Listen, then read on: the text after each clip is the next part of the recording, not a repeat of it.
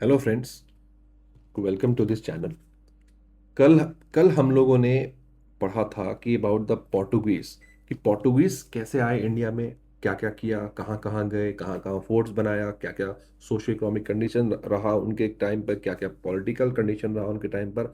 अभी उसी क्रम में अब हम अगला पढ़ने वाले हैं about the Dutch and the British in India.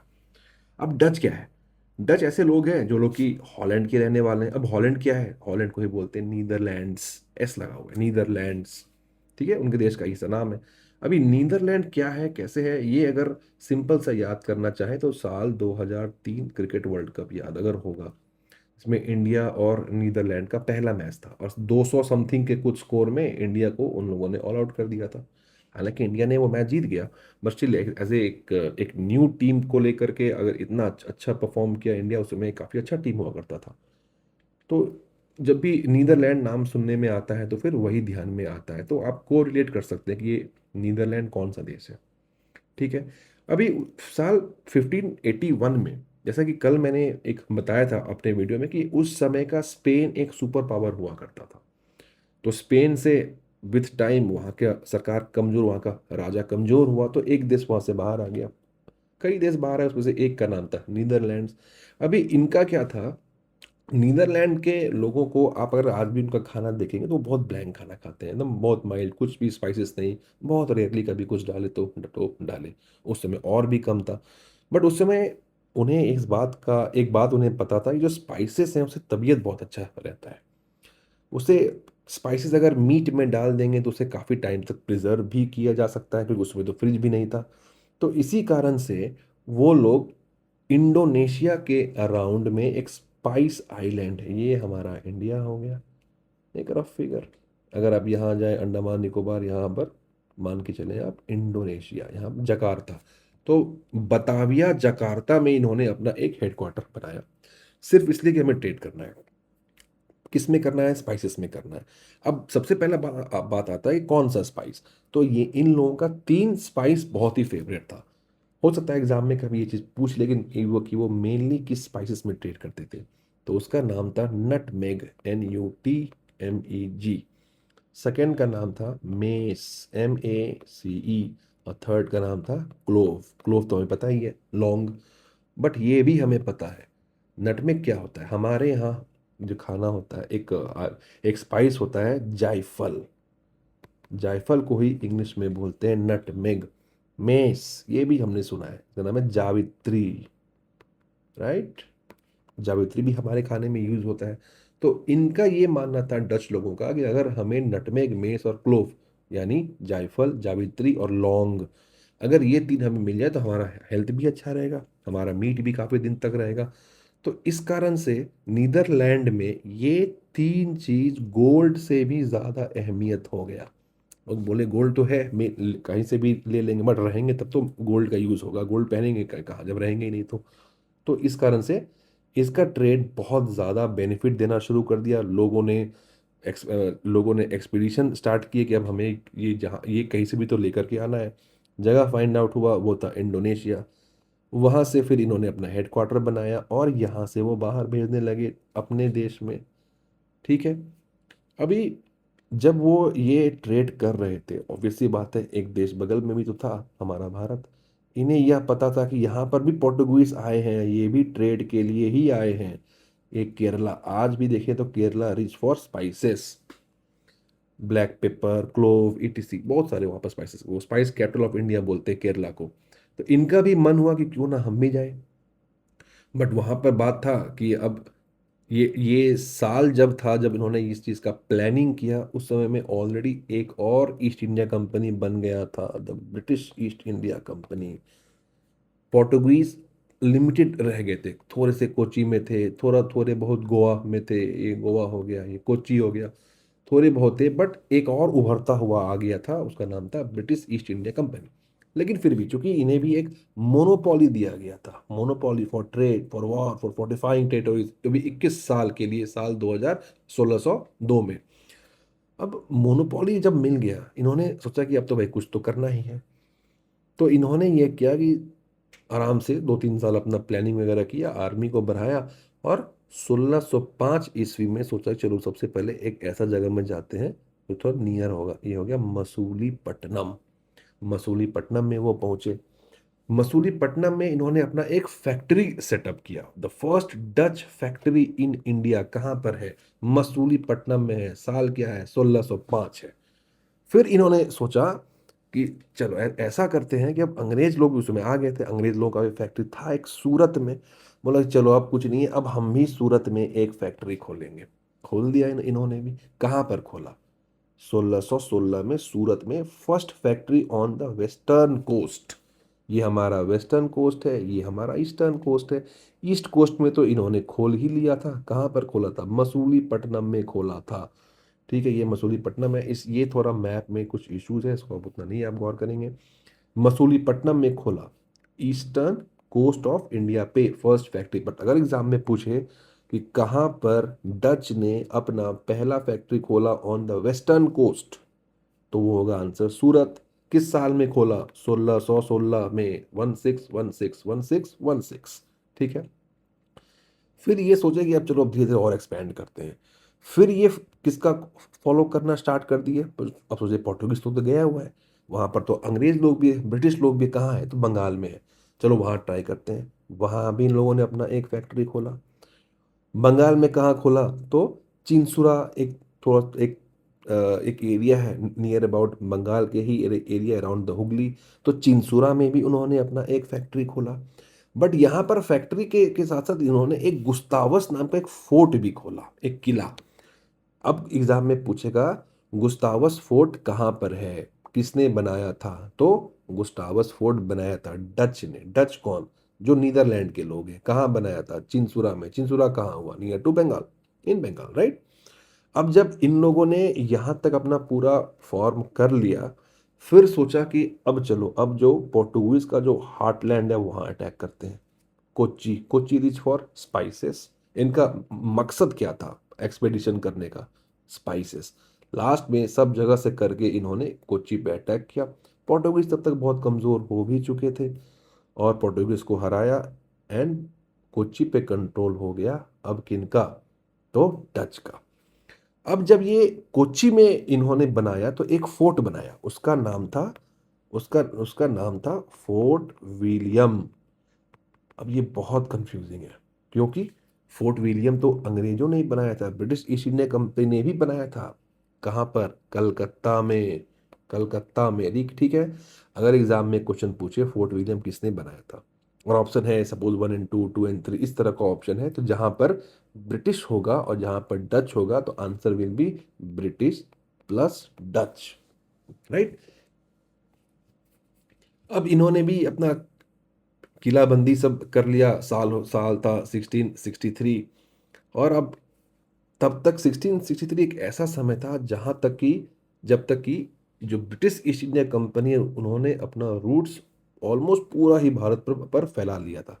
जीते नहीं थे अभी तक कुछ भी ज़्यादा कुछ खास, क्योंकि अंदर में स्ट्रांग मुगल एडमिनिस्ट्रेशन था। और इस समय औरंगजेब थे, शाहजहां थे, औरंगजेब था। तो बहुत ही स्ट्रांग सेंट्रलाइज एडमिनिस्ट्रेशन था। बट जो सी शोर का जो एरिया है, जो आउटर एरिया, वहाँ वहाँ वो सोच रहे थे क्यों ना हम एक एक फैक्ट्री अपना बनाते चलें। ऐसे हमें ट्रेड होगा, हमें पैसा मिलेगा। और जो मुगल साम्राज्य थे इन्होंने भी ज़्यादा कुछ कठिनाइयाँ फेस नहीं किया इन्हें कि ठीक है आप अपना फैक्ट्री को बनाइए। बट उसका खामियाजा हमें बाद में भुगतना पड़ा। अब कैसे पड़ा? तो अब जो ब्रिटिश ईस्ट इंडिया कंपनी आया, ये कैसे आया? तो सबसे पहले एक इंसान था, उनका नाम था sir Francis Drake. Sir Francis Drake क्या किया? देखिए, सबसे पहले ये जैसे कल हमने वीडियो में देखा कि अफ्रीका के आसपास, ये अफ्रीका है, ठीक है, ये अफ्रीका है। ये हो गया केप ऑफ, ये cape of good hope. Portugal Spain कोशिश किया आने का, इंडिया पहुंचने का, यहाँ कहीं आकर के अटक गया। यहाँ पर जब थोड़ा और आगे पहुंचे वास्को डा गामा, यहाँ पर कीनिया। कीनिया के राजा ने इनको बोला कि आपको मैं अब्दुल माजिद नाम का एक आदमी देता हूँ, वो आपको इंडिया लेके जाएगा, राइट। ये कल हमने देखा। तो ये एक ऐसा सीक्रेट था। ये 1498 की बात हो गई, ठीक है। अभी 1580 मतलब करीब करीब 80-90 साल की का समय हो गया था, बट फिर भी ये जो रास्ता था, ये रास्ता पोर्टुगीज ने किसी को लीक नहीं किया इंडिया पहुंचने का। बट सर फ्रांसिस ड्रेक, जो कि एक इंग्लिश हुआ करते थे, इंग्लैंड के लोग थे, इन्होंने क्या किया, एक पुर्तगाली जहाज जो कि इंडिया ही जा रहा था उसे ही कैप्चर कर लिया, और कैप्चर करके उसे रूट लिया कि अब इंडिया पहुंचते कैसे हैं। एंड इन्होंने एक सिग्निफिकेंट, एक माइलस्टोन दिया कि अब इंडिया पहुंचा जा सकता है, अब रूट हमें मिल चुका है। ठीक है। दूसरा बात ये भी था कि इंग्लैंड का पोर्टुगल, स्पेन, इनका एक अलग ही मसला चल रहा था। वो ये था कि इसे इंग्लैंड में प्रोटेस्टेंट क्रिश्चियंस होते हैं, क्रिश्चियंस के भी बहुत भाग होते हैं, प्रोटेस्टेंट हो गए, रोमन कैथोलिक हो गए, और वहीं पर स्पेन में था रोमन कैथोलिक्स। तो प्रोटेस्टेंट और कैथोलिक में कभी बन नहीं रहा था उस समय में। दोनों को दिखाना तक वही सुप्रीम है, वही सबसे अच्छे सबसे बड़े वही हैं। इसी चक्कर में England versus Spain, England versus Portugal, ये हमेशा ही हो रहा था उस टाइम पे। अब जब सर फ्रांसिस ड्रेक वहाँ अब जब सर फ्रांसिस ड्रेक को एक तो पल रास्ता भी मिल गया, दूसरा बात क्या हुआ कि इंग्लैंड ने स्पेन को हरा भी दिया। ये साल 1588, इस समय तक England was not the super power, Spain was the super power of the world, और सुपर पावर को इंग्लैंड ने ही हरा दिया। अब ये सोचो कितना एक मॉरल विक्ट्री हो गया कि जो सबसे मतलब सबसे बड़ा साम्राज्य है, बहुत पावरफुल है, अगर उसे कोई एक देश हरा दे, और उसका उसका जो हेजेमोनी होता है, मतलब कंट्रोल, फुल कंट्रोल उसका, उसको अगर हरा दे, तो कितना कॉन्फिडेंस आएगा वहाँ के बिजनेसमैन को, मर्चेंट्स को, कि वो भी अब ट्रेड करेंगे। जहाँ जहाँ स्पेन गया, जहाँ जहाँ पोर्टुगल गया, वहाँ वहाँ अब हम भी जाएंगे। ठीक है। अभी यही ट्रेड करने के लिए दो कंपनी मेनली फॉर्म किया गया था। एक था पहले लिवेंट कंपनी, लिवेंट मतलब वही जो आपका अराउंड टर्की का पार्ट हुआ, तो टुवर्ड्स ईस्ट जो गया, उसे बोलते थे लिवेंट। बट ध्यान ये देना है कि लिवेंट को जो चार्टर मिला था फ्रॉम क्वीन, क्वीन कौन, तो क्वीन एलिजाबेथ, क्वीन एलिजाबेथ के टाइम पर, या जो उनके पहले जो राजा थे, उन लोगों ने मिलकर के चार्टर दिया फॉर लैंड ट्रेड। अभी आप, एक तो पहले आप शिप के थ्रू आओगे इंडिया, नहीं तो फिर आप लैंड के थ्रू आओगे। तो लेवेंट को मिला लैंड के थ्रू, लेवेंट को मिला लैंड के थ्रू, ना कि शिप के थ्रू, सी रूट के थ्रू, सी रूट के थ्रू मिला east India company, British East India company को मिला। राइट, ये वही ब्रिटिश ईस्ट इंडिया कंपनी है जिसे कि जिसका कि एक और नाम था the governor and company of merchants of London trading in east India, काफी लंबा नाम था। तो ये भी वही है। ठीक है। अब जब हम लोग बात करते हैं, जब ईस्ट इंडिया कंपनी इंडिया में थे, that is not about Levant company, that is about this sea route वाला ईस्ट इंडिया, ये जो बहुत लंबा नाम, बड़ा नाम वाला है, इसकी हम लोग बात करते हैं। दे केम वाया द सी रूट। अब 1600 सन 1600 ईस्वी में इन्हें क्वीन एलिजाबेथ ने 15 साल का मोनोपोली दिया। अब जवाब, आपको जो करना है करो, आपको हमने मोनोपोली दे दिया, जो रहेंगे आप ही रहेंगे, वॉर करो, कुछ करो, ट्रेड करो, ये आपके ऊपर है अब। और ये साल था 1600, जबकि भारत के जो राजा हुआ करते थे वो थे अकबर। राइट, ये कुछ कभी कभी क्वेश्चन पूछता है कि जब ईस्ट इंडिया कंपनी फॉर्म हुआ था, तो उस समय में भारत के राजा कौन थे, तो उनका नाम है अकबर, तो अकबर थे। राइट। अब क्या हुआ कि ठीक है, अब क्या हुआ कि 1600 ईस्वी में एक कंपनी तो बन गया। ठीक है। अब ये लोग प्लानिंग कर रहे थे कि कैसे कैसे इंडिया जाना है, किन किन को हराना है, तो थोड़ा टाइम लगा उनको।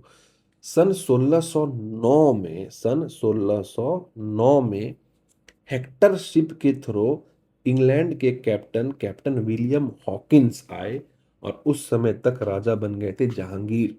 ठीक है। जहांगीर तो इनसे बहुत खुश हो गए, और इन्हें इंग्लिश खान का एक सरनेम दे दिया। ठीक है। अब क्यों दिया, अब ये तो सबकी, ये हर चीज में ही एक्सपर्ट थे, ये टर्किश भी बोलते थे, पर्शियन भी बोलते थे, तो इतना अच्छे से पेश आते थे, गिफ्ट वगैरह लेकर के आए थे। बोलते आप तो इंग्लिश खान हो। क्वेश्चन पूछता है कि इंग्लिश खान का सरनेम किसने और किसको दिया था, तो जहांगीर ने दिया था। किसे, विलियम हॉकिंस को। ये कौन था, ये ब्रिटिश ईस्ट इंडिया कंपनी का एक कैप्टन था। ठीक है। अब बात आता है कि ये मिले कहाँ, मेट मेट जहांगीर, बट कहाँ मीट किए, तो कहाँ मीट किए, तो they met in Agra. Question में आएगा दिल्ली, लोग मार देंगे दिल्ली और कर देंगे गलती। उस समय तो the seat of the Mughal empire was not in Delhi but it was in Agra. ठीक है। आगरा आए, बहुत अच्छी बात है, मिले, खुश था, इंग्लिश खान का सरनेम भी दे दिया, एवरीथिंग दे दिया, बट परमिशन नहीं दिया to make a factory in Surat because Portuguese pressure. Portuguese का इम्पैक्ट थोड़ा कम तो जरूर हुआ था बट फिर भी था। तो इन्होंने बोला कि चलो ठीक है, कोई बात नहीं, इस छोर पर पोर्टुगीज है, आप उस छोर पर कर लो।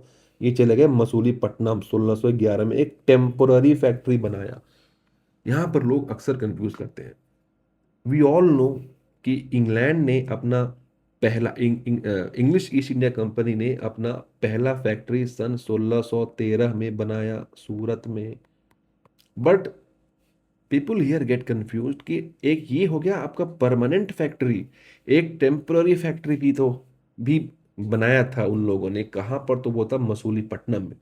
अब जब हम फैक्ट्री की बात कर रहे हैं पूरे में, तो फैक्ट्री ये वो जगह नहीं है जहाँ पर कि मैन्युफैक्चरिंग हो रहा है।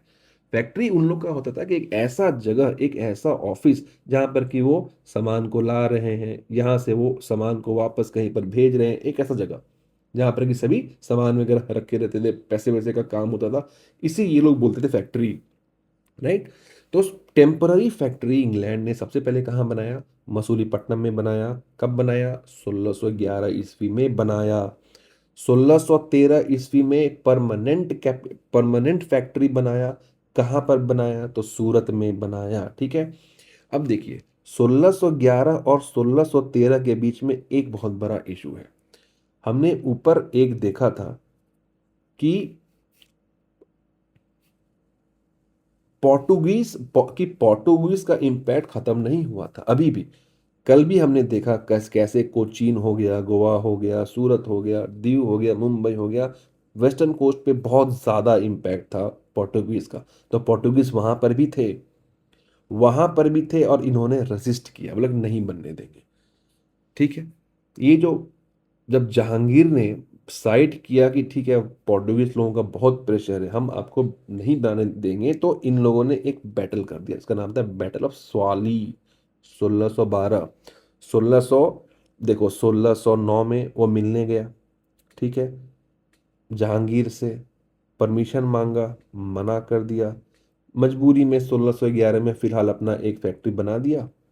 बट फिर अब ये तो है कि अब परमानेंट तो हमको चाहिए, सूरत ही जगह था, क्लोज रहेगा, क्योंकि आप सोचो कि ये सपोज इंडिया है, आपने यहाँ फिर अब आपको यहाँ से यहाँ सामान भेजना है, और आप यहाँ पर यहीं से आप सामान भेजें, तो ये ज़्यादा टाइम एफिशिएंट, कॉस्ट एफिशिएंट, सब कुछ ही था।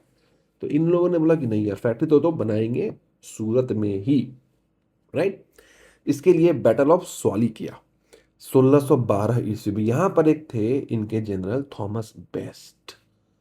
तो क्वेश्चन ये आएगा कि who who was the general, किसके अंडर में बैटल ऑफ स्वाली जीते थे ब्रिटिश, तो उनका नाम है Thomas best. Thomas best, best ने अपना बेस्ट दिया और हरा दिया।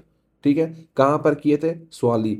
स्वाली कहाँ पर है, सूरत के पास है। क्यों है सूरत के पास, क्योंकि इनका टारगेट क्या था कि सूरत में ही हम फैक्ट्री बनाएंगे। बाद में जब ये जीते तो कहाँ फैक्ट्री बनाया, सूरत में ही बनाया। ठीक है। 1609 में आए, 1611 में टेम्पररी फैक्ट्री बनाया, 1612 में फाइट किया कि अब तो पोर्टुगीज को हटाना ही हटाना है ताकि हम अपना परमानेंट फैक्ट्री बना पाए सूरत में। तो सूरत के पास एक जगह था स्वाली, स्वाली में हमें बैटल किया, वो जीत गया। अब बाद में सूरत में ही अपना एक फैक्ट्री बना दिया with the permission from the Mughal Jahangir. ठीक है। साल 1613 हो गया। अब 2 साल के बाद आए सर थॉमस रो। ये एक एम्बेसडर बन के आए उस समय। जब पहले हमने पढ़ा था कि सन 1600 में जब ये कंपनी बना था, ब्रिटिश ईस्ट इंडिया कंपनी, उस समय इन्हें चार्टर दिया गया था क्वीन एलिजाबेथ बेथ वन के द्वारा। जब 1615 में सर थॉमस रो इंडिया आए, उस समय किंग बदल चुका था, the crown was had shifted from queen Elizabeth two Kings James one.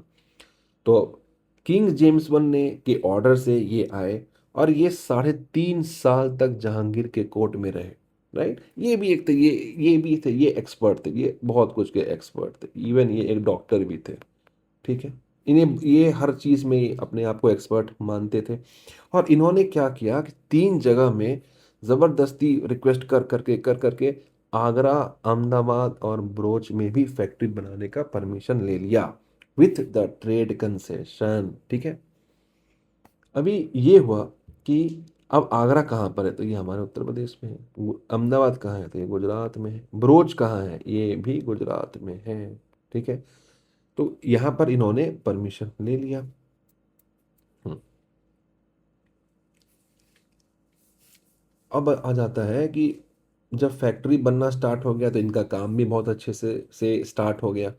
अब है कि ये लोग फैक्ट्री तो अपना बना रहे थे, लेकिन अब ये अपना हेडक्वार्टर कहाँ सेट करेंगे। इन्हें ये इशू आ रहा था कि जैसे कि कोचीन किन्हीं का था हेडक्वार्टर, किन्हीं का कुछ था, किन्हीं का कहीं था, इनका कहाँ होगा हेडक्वार्टर।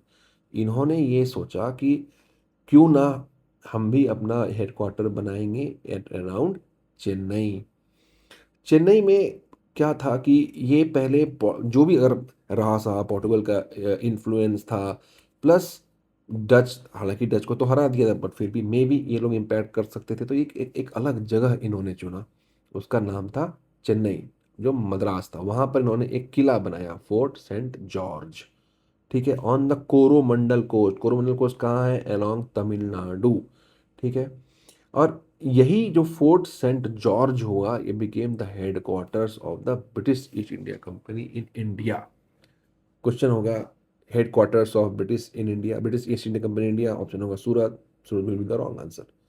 सही आंसर होगा इसका fort Saint George in Tamil Nadu Coromandel coast. Coromandel coast क्या है, ये है आपका कोरोमंडल कोस्ट। ठीक है। अब बात ये भी है कि चेन्नई तो चलो ठीक है बनाया, बट वहां के भी तो कुछ एक लोकल राजा होंगे। वहां पर किसने अलाउ किया, वहां पर विजयनगर एम्पायर हुआ करता था और उसके था अराविडू डायनेस्टी। अब देखो, जब हम लोग बात करते हैं विजयनगर के बारे में, तो कई कई डायनेस्टीज थे। हालांकि ये मेडिवल का पार्ट है, बट थोड़ा सा एक ईज हो जाएगा, कभी कभी क्वेश्चन पूछता भी है। तो वहां पर अगर देखें तो एक था पहले संगम डायनेस्टी, दूसरा था सलुवा डायनेस्टी, तुलुवा डायनेस्टी, एक अराविडू। तो जिस समय चेन्नई को अपना हेडक्वार्टर बनाया ब्रिटिश ईस्ट इंडिया कंपनी ने, उस समय किससे जमीन लिया, तो विजयनगर के राजा से, विजयनगर अंपायर के राजा से, जिनका की नाम, जो कि किंग ऑफ चंद्रगिरी थे। और वो अराविडू डायनेस्टी के थे। किंग का नाम नहीं पूछेगा, डायनेस्टी का नाम पूछ सकता है। उसी तरीके से जब वास्को डा गामा इंडिया आए थे, तो किस समय आए थे, उस समय कौन था मेन, सलुवा। इनके राजा का नाम क्या था, नरसिम्हा, नरसिम्हा देवा। ठीक है, नरसिम्हा देवा इनके राजा थे, ये थे सलुबु डायनेस्टी के। और जब ब्रिटिश ने अपना चेन्नई में बनाया तो ये थे अराविडू। राइट। अब अराबिडो के टाइम पर ये आए, सेंट जॉर्ज अपना कर लिया, सब कुछ इनका सही से चलने लगा। अब इन्होंने सोचा क्यों ना अब थोड़ा पैन इंडिया जाते हैं, राइट। थोड़ा अब एक्सपैंड करते हैं, ऑब्वियसली इनकम तो बहुत हो रहा था। इन्होंने क्या किया कि अब ये सोचा, फिर वही सोचा कि अब एक्सपैंड तो हम लोग करेंगे, लेकिन यहाँ तो पूरे में पोर्टुगीज है। अब पोर्टुगीज का कुछ कुछ स्ट्रांग होल्ड था, ऐसे यहाँ भी था एक स्ट्रांग होल्ड। चलो सूरत में तो हरा दिया, बट फिर ये था कि ये ऐसे बिजनेसमैन थे कि ये सोचे कि अब फाइट नहीं करेंगे, कुछ और सोचते हैं। उसी बीच में king Charles two of England married Portuguese. अब सोचो यहाँ पर पहले से पोर्टुगीज है। इंग्लैंड सोच भी रहा था कि अब कैसे हम मुंबई में आए। और इसी बीच में जो पोर्टुगल के जो किंग थे, इन्होंने पोर्टुगीज की एक रानी से शादी कर ली, कैथरीन ऑफ ब्रेगेंजा। अब याद कैसे रहेगा, मूवीज में आप देखोगे मिस्टर ब्रेगेंजा, मिस ब्रेगेंजा, तो ये ब्रेगेंजा क्या है, नॉर्थ पोर्टुगल में एक जगह है जिसका कि नाम है ब्रेगेंजा। वहाँ पर जो राज करते थे उनका भी नाम था द ब्रेगेंजाज। तो द ब्रेगेंजाज की एक क्वीन थी, उनका नाम था कैथरीन। कैथरीन से शादी किया किंग चार्ल्स। किंग चार्ल्स कौन थे, वो राजा थे इंग्लैंड के। और दहेज में उन्हें क्या मिल गया, बॉम्बे। हालांकि इन्होंने इन्होंने ये बोला कि हम तो दहेज नहीं लेंगे, हम 10 पाउंड देंगे पर ईयर। बहुत मिनिमम अमाउंट है, बट फिर भी डाउरी के तहत इंग्लैंड को मुंबई मिला गया जो बॉम्बे था तब का, at the rate of rupees pound 10 per year. अब देखो, अब क्या हो गया कि यहाँ पर सूरत में इनका एक फैक्ट्री हुआ करता था, और सूरत में इन्होंने अपना एक हेडक्वार्टर बनाया था in on along the western coast. अब ये बोले कि नहीं, अब तो हम मुंबई में बनाएंगे।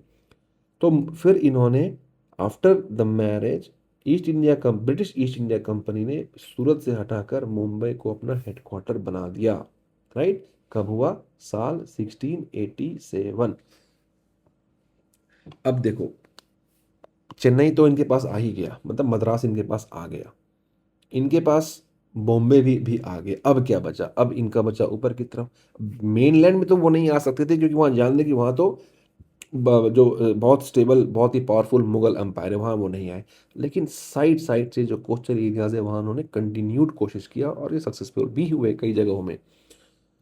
अब जो अगला कोस्ट था इंडिया का, यहाँ पर ये आ गए, यहाँ पर ये आ गए। अब एक और कोस्ट एरिया था बंगाल। इन्होंने सोचा कि अब बंगाल को आखिर कैसे जीता, सूरत में भी थे ही यहाँ पे, देखो पूरा पूरा वेस्टर्न इन्होंने यहाँ ये डच से ले लिया, तो पूरा वेस्टर्न तो खत्म कर ही लिया, वेस्टर्न कोस्ट हमारा। ईस्टर्न में भी अब देखो कैसे धीरे धीरे वो बढ़ रहे थे।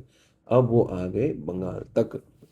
बंगाल में क्या हुआ कि अब एक बहुत अहम सूबा हुआ करता था बंगाल। राइट, बंगाल एक बहुत ही अहम सूबा हुआ हुआ करता था अब मुगल एम्पायर के तौर पर इन टर्म्स ऑफ रेवेन्यू, क्योंकि आखिर मुगल लोग भी तो कहीं से ट्रेड करते होंगे, तो उनका भी एक ट्रेड था कि हम लोग बंगाल की तरफ से ट्रेड करेंगे। रेवेन्यू बहुत ज़्यादा आया करता था। अब इस बार जब ईस्ट इंडिया कंपनी ने प्लानिंग किया कि अब हम बंगाल पे अटैक करेंगे, तो it was thought as an attack to the Mughal empire itself. ठीक है, तो ठीक है, ईस्ट इंडिया कंपनी ने एक ट्रेड परमिशन लिया from Shah Shuja, who was सूबहदार ऑफ बंगाल। उस समय तक आ गए थे, शाहजहां थे Mughal empire, and for rupees 3000 per year. ठीक है, ट्रेड परमिशन ले लिया, चलो दे भी दिया शाह शाह शुजा ने। हुआ था सूबहदार। अच्छा, सूबहदार जब आप सुनोगे तो ये क्या था कि देखो, जो हालांकि ये भी पार्ट मेडिवल का है, बट ठीक है, थोड़ा ईज होगा समझने में। जब मुगल अंपायर था तो उसमें होता था सूबा। राइट,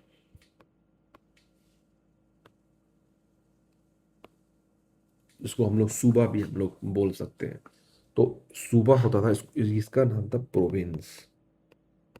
इसके हेड हुआ करते थे सूबादार। ये वही सूबादार, ये बहुत इंपॉर्टेंट पोस्ट था, जस्ट लाइक गवर्नर।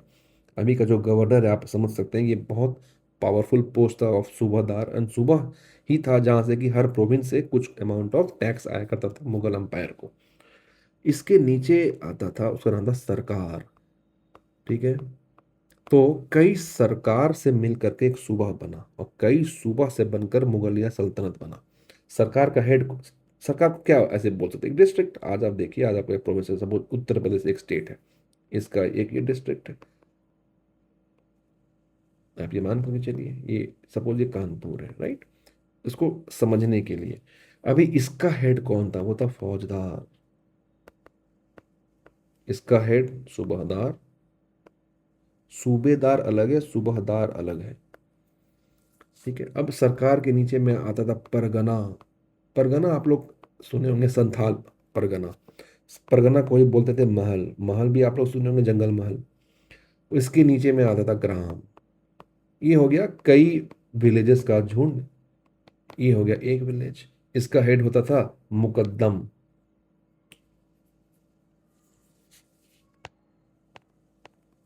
ये आप देखेंगे आज भी कई सारी सब पोस्ट हैं। मुकद्दम एक होता था पटवारी। पटवारी का काम था रेवेन्यू का। अब परगना। अब परगना के हेड कौन थे? रेवेन्यू के मामले में था अमिल, और लैंड रिकॉर्ड वगैरह के लिए कुनंगो। Kunungo। ठीक है, अब देखेंगे कई सारे पोस्ट आज भी हैं, पटवारी हो गया, अमील हो गया। राइट, तो इस तरीके से सूबादार जो थे, इनके पास एक अथॉरिटी था कि वो किसी को अपने प्रोविंस में ट्रेड करने दें या ना दें। इन्होंने ट्रेड करने का अलाउ दे दिया। और फिर सबसे उसके बाद ईस्ट इंडिया कंपनी ने अपना पहला फैक्ट्री सेट किया हुगली में। अब हुगली ही क्यों चुना? क्योंकि पहले से भी वहाँ पर एक पोर्टुगीज का पोर्ट था। वो जान रहे थे कि ये एक इम्पॉर्टेंट ट्रेड रूट है, यहाँ से भी ट्रेड कंट्रोल किया जा सकता है, यहाँ से भी प्लंडर किया जा सकता है, तो इसीलिए उन्होंने हुगली में ही अपना एक फैक्ट्री सेट किया। राइट। तो अब क्या हुआ कि अब बात ये हुआ, इसी बीच में क्या हुआ कि एक जॉन चाइल्ड नाम का, ये बहुत इंपॉर्टेंट चीज़ है, ये जॉन चाइल्ड नाम का एक एक बॉम्बे का एक एम्प्लॉय हुआ करता था। ठीक है। इसने क्या किया कि जो हज जा रहे थे मुंबई से, उन्हें बहुत दिक्कत दे रहा था, उन्हें उन्हें जेल में डाल दिया। अब औरंगजेब जो थे, पहले तो ये नाराज थे कि ये इतना जल्दी एक्सपैंड कर रहे हैं, बंगाल तक भी पहुंच गए, मुंबई तक भी ये पहुंच गए, ये समझ नहीं पाते आखिर क्या करना है इनका। और अब तो ये हज पे जाने में भी लोगों को अलाउ नहीं कर रहे थे, तंग कर रहे थे। फिर क्या हुआ, तब तक में आ गए थे औरंगजेब, भारत के एम्परर औरंगजेब। औरंगजेब ने क्या किया कि एक फाइट किया। औरंगजेब ने जॉन चाइल्ड को पहले हराया। और कभी कभी एग्जाम में ये क्वेश्चन पूछता है कि कौन से ऐसे पहले रूलर हैं जिन्होंने ब्रिटिश ईस्ट इंडिया कंपनी के खिलाफ जंग लड़ा, कौन से ऐसे मुगल हैं? तो उसका क्वेश्चन ऑप्शन में रहेगा आपको शाहजहां, आई थिंक ये बीपीएससी का एक क्वेश्चन था शायद। सेकंड में आपको आएगा औरंगजेब, थर्ड में आएगा बहादुर शाह जफर। लोग अक्सर बहादुर शाह जफर को टिक मारते हैं, वो गलती होते हैं, क्योंकि the right answer is Aurangzeb. सबसे पहले इन्होंने किया था बंगाल में। जब बंगाल में देखा कि ये यहाँ पर कुछ क्लियर नहीं है, थोड़ा और बचा हुआ है, फिर ये गए बॉम्बे, और बॉम्बे में पूरा खत्म खात्मा कर दिया था इनके एक फैक्शन का, पूरे का नहीं। ठीक है। और फिर कभी कभी एक विलियम हेजेस जो ईआईसी के एजेंट थे, वहाँ भी शाइस्ता खान से भी कभी कभी टकरार हो रहा था। बट वैसा भी कुछ नहीं था कि वो ज़्यादा इम्पैक्टफुल ये नहीं था जितना इम्पैक्टफुल कि औरंगजेब के टाइम पर हुआ था, जब जॉन चाइल्ड को उन्होंने उन्होंने हराया था। ठीक है। अब क्या हुआ कि इसी बीच में कि साल आ गया 1690। 1690 में, चूंकि अब हुगली के आसपास तो इनका हेडक्वार्टर था ही, अब इन्होंने ये प्लान किया कि क्यों ना एक पूरा एक शहर ही अब बसाते हैं। तो उसी में से एक ब्रिटिश के एक आदमी थे, उनका नाम था जॉब चारनॉक। साल था 1690।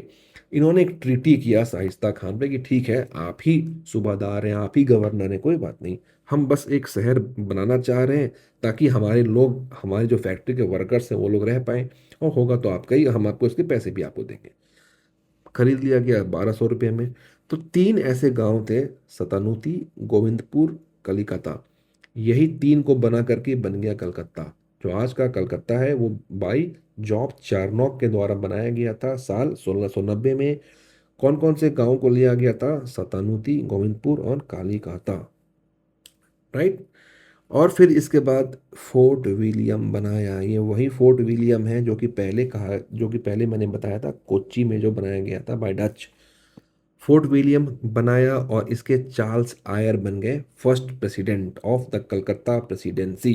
प्रेसिडेंसी मतलब बहुत एक बड़ा एरिया हुआ करता था, Madras presidency, Calcutta presidency, Bombay presidency. और इसी कारण से एक आदमी तो चाहिए था जो कि इतना बड़ा एक नया एरिया को एडमिनिस्टर करे, मैनेज करे। तो चार्ल्स आयर को बनाया गया। नाम कभी कभी एग्जाम में पूछ सकता है कि पहला प्रेसिडेंट कलकत्ता प्रेसिडेंसी के कौन थे? तो चार्ल्स आयर थे। राइट। अब देखो, ये तो ये वही वही है, सिमिलर है जो कि हम लोगों ने पहले पढ़ा था कि एक तीन प्रेसिडेंसीज बनाया था अंग्रेजों ने, बंगाल, मद्रास, बॉम्बे। ठीक है। मद्रास को कहाँ से लिया? From the king of Chandragiri. ठीक है। बॉम्बे को में कहाँ से लिया था? दहेज से लिया था। कलकत्ता, कलकत्ता तो लीज ऑफ तीन विलेजेस को दिया गया था फॉर रुपीज 1200 रुपीज, ये यहाँ 1200 रुपये के लिए लिया गया था। कहाँ से लिया था? तो कौन सा लिया था गांव? सतानुती, गोविंदपुर, कालीकता। अब इन्होंने क्या किया? वहाँ किला बनाया। अब अपना हेडक्वार्टर, तरह से रीजनल हेडक्वार्टर तब से बनाया, अब क्या करेगा वहाँ पर? अपना किला बनाया। ये क्या है? Saint George. ठीक है। Fort William. ये बॉम्बे कैसल, इसको कभी कभी फोर्ट नाम से भी जानते हैं, बस फोर्ट, कुछ ऐसा नहीं। आज अभी भी मुंबई जाएंगे तो एक एरिया है फोर्ट नाम का। तो उसी आसपास इनका एक किला हुआ करता था, बॉम्बे कैसल उसे पुकारते थे। ठीक है। ये तो देख ही लिया हम लोगों ने, जॉब चारनॉक ने किया था। और बॉम्बे में थे किंग चार्ल्स टू। ठीक है। बॉम्बे ने सूरत को हटा करके ये वेस्टर्न का अपना हेडक्वार्टर बन गया था। फर्स्ट हेडक्वार्टर क्या था तो मद्रास था। ये सब हम लोगों ने पहले देख लिया है ऐसे। ठीक है। First factory overall Masulipatnam, Dutch का। अच्छा, डच के का जब जिक्र आता है तो एक चीज और है, कभी क्वेश्चन में पूछता है कि आखिर डच ईस्ट इंडिया कंपनी कितने पैसे में बनाया गया था। देखो इसका एक फिगर है।